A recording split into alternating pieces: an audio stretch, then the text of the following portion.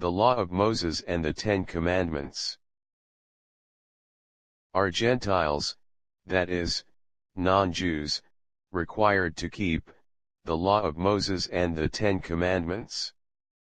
The belief that Gentiles are required to keep the Ten Commandments is widespread today.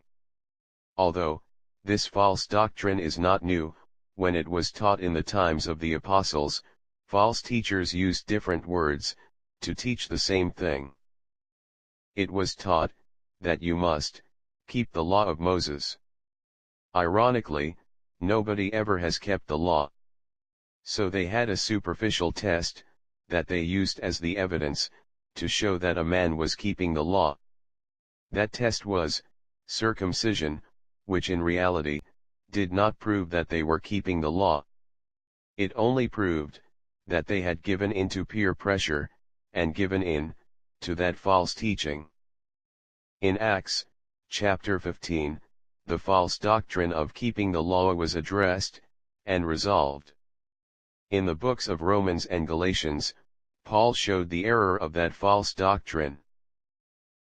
The remainder of this study will explore what the scriptures say, and will show that Gentiles are not required to keep the law of Moses and the Ten Commandments. Here are the steps we will follow. 1.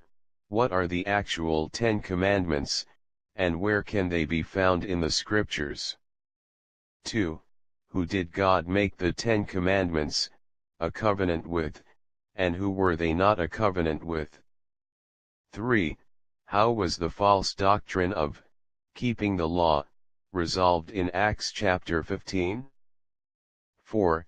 Paul shows that the Ten Commandments and the law of Moses are linked and inseparable.